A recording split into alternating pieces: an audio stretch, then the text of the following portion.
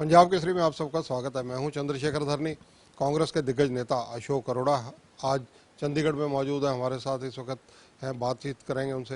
अरोड़ा जी, स्वागत है पंजाब केसरी में। बहुत बहुत धन्यवाद धरनी जी। अरोड़ा जी, जिस प्रकार से इंडिया और भारत को लेकर जो बहस छिड़ी हुई है, इसको आप किस दृष्टिकोण से देखते हैं, क्योंकि आपका भी लंबा अनुभव है राजनीति में। एक बहुत छोटी सोच है सरकार की। इंडिया और भारत में क्या फर्क है? हिंदुस्तान में भारत माता की जय भी है, इंडिया की भी जय है, हिंदुस्तान की भी जय है। तो ये जो इंडिया गठबंधन का नाम रखा है, इससे इनको एक घबराहट पैदा हो गई है और इस प्रकार की बातें नहीं होनी चाहिए। अब इनके नेता कहते हैं कि ये तो अंग्रेजों का नाम दिया हुआ था, तो ये इतने साल से कहाँ सोए रहे। आज हमारा देश का नाम, हम बाहर जाते हैं हमें इंडिया के नाम से जाना जाता है। आज हमारा इंडिया गेट बना हुआ है। ऐसी हजारों स्कीमें ऐसी हैं जो इंडिया के नाम से चल रही हैं। तो इस घबराहट को छोड़ के भारत, इंडिया, हिंदुस्तान में ना पढ़कर जो जरूरी मुद्दे हैं आज उनकी तरफ आना चाहिए। आरबीआई की हर करेंसी के ऊपर रिजर्व बैंक ऑफ इंडिया लिखा हुआ है, और जहाँ तक सवाल है, ऐसे बहुत से एग्जाम्पल आप भी बता रहे हैं। इसके बावजूद अगर ये सोच नज़र आती है, इसका अहम कारण क्या मानते हैं आप? ये अहम कारण मैंने कहा इनकी एक घबराहट है कि इंडिया गठबंधन के नाम से जो विपक्षी पार्टी के लोग इकट्ठे हुए हैं वो देश की जरूरी चीज़ों से ध्यान ये हटाना चाहते हैं। आज बढ़ती बेरोजगारी पे चर्चा नहीं करते, बढ़ती महंगाई पे चर्चा नहीं करते, भ्रष्टाचार पे नहीं करते, किसान की आमदन डबल कैसे हो उस पर चर्चा नहीं करते। देश को इस बात पे उलझाना कि इंडिया और भारत के नाम जो कभी मंदिर और मस्जिद के नाम पे उलझा दो, तो अब लोग इनकी बातें समझ चुके हैं। निश्चित रूप से जो इनकी घबराहट है वो घबराहट इसलिए है कि अब ये जाने वाले हैं। कांग्रेस व अन्य दलों ने जिस प्रकार से जो एक बड़ा मोर्चा बनाया है, जिसे इंडिया के नाम से जाना जा रहा है, क्या आपको लगता है कि ये न्याय संगत रहेगा? क्योंकि अरविंद केजरीवाल दिल्ली के अंदर, कांग्रेस दिल्ली के अंदर और हरियाणा के अंदर किस प्रकार से चुनावों का, टिकटों का बंटवारा होगा, वर्गीकरण होगा? देखिए, स्टेट के अंदर हर पार्टी का अपना अपना अलग अलग नजरिया होता है, परंतु आज जो राष्ट्र हित में ये इकट्ठे हुए हैं कि देश के संविधान को, जो बाबा साहब ने हमें संविधान दिया था, सबको बराबरी का अधिकार दिया था, सबको बोलने का अधिकार दिया था, आज उसके संविधान पे कहीं ना कहीं चोट पहुंचाई जा रही है। जो इनके खिलाफ बोलते हैं उनके खिलाफ ईडी का, सीबीआई का, इनकम टैक्स का इस्तेमाल करके उन्हें दबाने का प्रयास किया जाता है। इसी प्रकार से हमारे प्रजातंत्र को इन्होंने एक मजाक बना के रख दिया। किस प्रकार से आपके चुनाव आयोग के जो हमारा निर्वाचन होता था, चुनाव आयोग की जो मीटिंग होती थी उसको बनाने की, उसमें सुप्रीम कोर्ट का चीफ जस्टिस हुआ करता था, उसको भी निकाल दिया। तो प्रजातंत्र और संविधान को जो लोग कमजोर करना चाहते हैं उनके खिलाफ विपक्षी पार्टियां इकट्ठी हुई हैं। और छोटे मोटे स्टेट के आपस के इशू होते हैं, जब राष्ट्र हित होता है तो फिर छोटे मोटे इशू छोड़ने पड़ते हैं। अगर हरियाणा का जिक्र किया जाए, क्योंकि विधानसभा के चुनाव हरियाणा के भी अगले साल 2024 में है, लोकसभा के चुनावों के बाद होते हैं, ये इकट्ठे होते हैं, ये तो देखने वाली बात रहेगी। लेकिन हरियाणा में कौन कौन से ऐसे अहम इश्यूज आपको नज़र आ रहे हैं जिनको लेकर कांग्रेस आशावान है कि वो सत्ता में आ सकती है?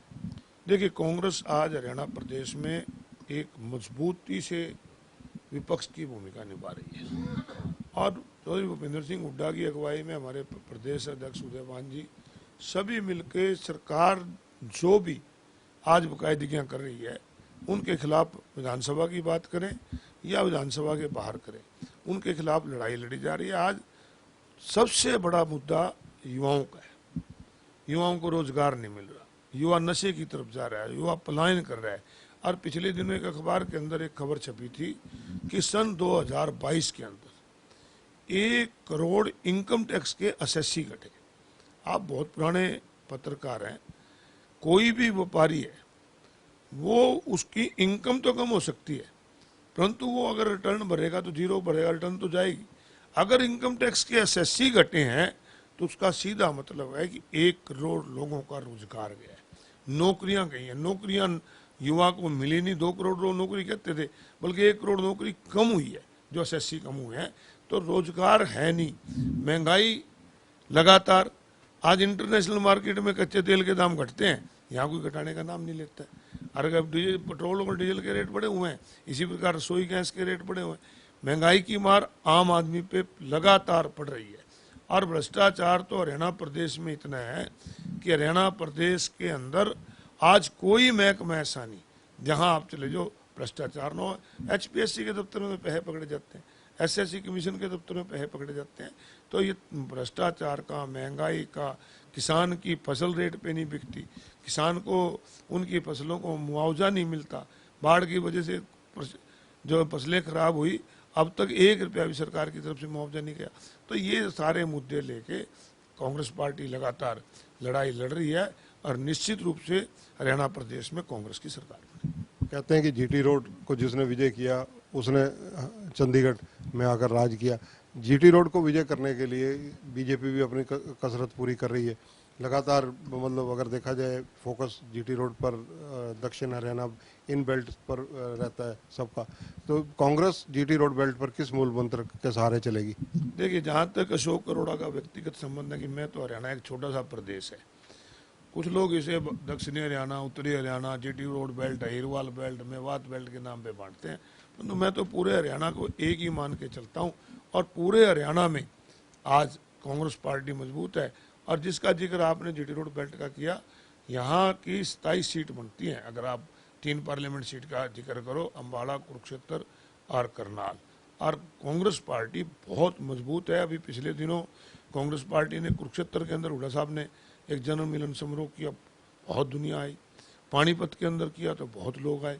अब परसों करनाल में था, रिकॉर्ड तोड़ भीड़ थी। तो लोग बदलाव चाहते हैं। इवन करनाल के अंदर भी, जहाँ से मुख्यमंत्री MLA हैं, वहाँ जाकर भी अगर आप बात करोगे तो निश्चित रूप से आज वो ये कहना है कि मुख्यमंत्री भी चुनाव हार रहे हैं। अरोड़ा जी, इसके अलावा अगर जिक्र किया जाए नूह घटना का, नूह में जिस प्रकार से मामन खान को क्वेश्चन मार्क में लिया गया है, ये सारा घटनाक्रम आप कैसे अध्ययन करते हैं? देखिए, अपनी विफलताओं को छुपाने के लिए ये दूसरों पे डालते हैं। नूह घटना की पहले से जानकारी थी, पहले से उन्होंने परमिशन मांगी हुई थी कि हमें यात्रा की इजाज़त दी जाए। उनको यात्रा की इजाज़त भी दे दी, परंतु उनकी सुरक्षा के प्रबंध नहीं करे। अगर वहाँ कांग्रेस के MLA ने SP को जाके, DC को जाके ये कहा कि वहाँ पर इस प्रकार के सोशल मीडिया द्वारा दोनों तरफ से भड़काऊ बातें चल रही हैं, इस पे आप कंट्रोल करो, उस पे कोई नहीं किया। और जब घटना घट गई, जो बड़ी दुर्भाग्यपूर्ण घटना थी, उसके बाद ये सीधा अपनी विफलताओं को कांग्रेस के MLA पे डालते हैं।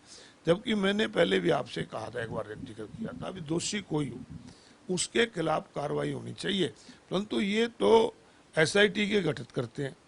SIT गठित होती है तो जब तक SIT की रिपोर्ट ना आ जाए, चाहे प्रदेश का मुख्यमंत्री हो, प्रदेश का गृह मंत्री हो या प्रदेश का कोई मंत्री हो, उस पर टिप्पणी करने की बजाय ये कहना चाहिए कि जांच चल रही है। जिस प्रदेश का गृह मंत्री ये कहे कि इसमें मामन खान दोषी है, पर SIT की क्या मायना रह गया? जब होम मिनिस्टर ही मान रहा है तो SIT का कोई मायना नहीं रहता।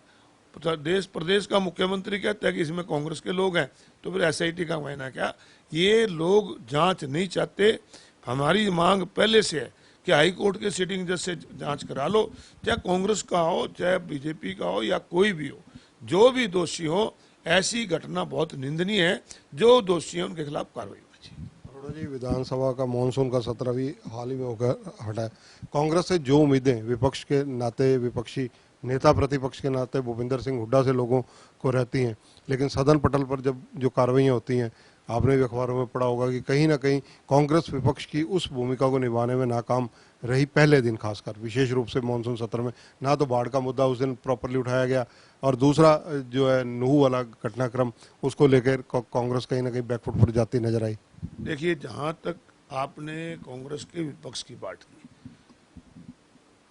मौजूदा सरकार नहीं चाहती थी कि नूह पे चर्चा हो। जब नूह का मुद्दा आया तो ये कह दिया कि ये तो कोर्ट में मैटर है। स्पीकर ने उस पर चर्चा करने से मना कर दिया, जबकि मैं भी विधानसभा का अध्यक्ष रहा हूँ। कोई भी मैटर ऐसा नहीं है जो देश की पार्लियामेंट में और प्रदेश की विधानसभा में चर्चा ना हो सकती। कोई मैटर अगर कोई कोर्ट में है, उस पर डिस्कस हो सकती है, उस पर डिसीजन नहीं हो सकता। परंतु ये तो मैटर कोर्ट में था भी नहीं। सरकार बचना चाहती थी, स्पीकर के इशारे पे काम नहीं करने दिया। अगर स्पीकर इसी प्रकार बायस होकर काम करेगा तो फिर विपक्ष क्या करेगा? शैलजा सुरजेवाला और किरण चौधरी, ये तिकड़ी भी तो कांग्रेस की अलग डफली, अलग राग आलाप रही है। कांग्रेस को सभी मजबूत कर रहे हैं। शैलजा जी कांग्रेस की महासचिव हैं, रणदीप जी कांग्रेस के महासचिव हैं, किरण भी नेता प्रतिपक्ष रही हैं। अपने स्तर पे कांग्रेस को मजबूत कर रहे हैं। हर पार्टी का नेता अपने स्तर पे लगा हुआ, ये जरूरी नहीं है कि सारे एक जगह जाएं, परंतु कांग्रेस एक है, सब कांग्रेस को मजबूत करने पे लगा। और जो जितना समय चुनावों में बचा, लोकसभा या विधानसभा, इसको लेकर कांग्रेस की रणनीति क्या रहने वाली है? कांग्रेस पार्टी के तरफ से 90 के 90 विधानसभा क्षेत्रों में नेता प्रतिपक्ष हुड्डा साहब और उदयभान जी के प्रोग्राम बनने जा रहे हैं। लगातार 90 के 90 विधानसभा में जाके जहां कार्यकर्ताओं से मिलेंगे, वहां जो जन मुद्दे हैं उनसे पब्लिक को अवगत करा के कांग्रेस के साथ जोड़ने का काम करें। धन्यवाद। तो ये हैं अशोक अरोड़ा, कांग्रेस के सीनियर नेताओं में शुमार है। इनका कहना है कि मामन खान के मामले पर जिस प्रकार से जल्दबाजी सत्ता पक्ष को नजर आ रही है, वैसा नहीं होना चाहिए। जब एक SIT गठित कर दी जाती है तो कम से कम उसकी रिपोर्ट आने देनी चाहिए, उसके बाद ही कोई बयानबाजी होनी चाहिए थी। दूसरी अहम बात इन्होंने कही कि कांग्रेस 90 के 90 हलकों में भूपेंद्र सिंह हुड्डा और उदयभान के नेतृत्व में विधानसभा में और 10 की 10 लोकसभा में एक मूवमेंट करने जा रही है। जो अगला चुनावी वर्ष है, इसको देखते हुए कांग्रेस कई चीज़ों पर फोकस कर रही है। युवा वर्ग के अंदर बेरोजगारी जिस प्रकार से बढ़ रही है, उसको लेकर भी अशोक अरोड़ा ने राजनीतिक रूप से टिप्पणी की है। कैमरामैन संजय सिंह के साथ चंद्रशेखर धरनी, पंजाब केसरी टीवी, चंडीगढ़। हमसे जुड़े रहने के लिए हमारे YouTube चैनल को सब्सक्राइब करें और नई वीडियो की नोटिफिकेशन के लिए बेल आइकॉन को दबाएं। अगर आप ये वीडियो Facebook पर देख रहे हैं तो लाइक जरूर करें और ज्यादा से ज्यादा शेयर करें। धन्यवाद।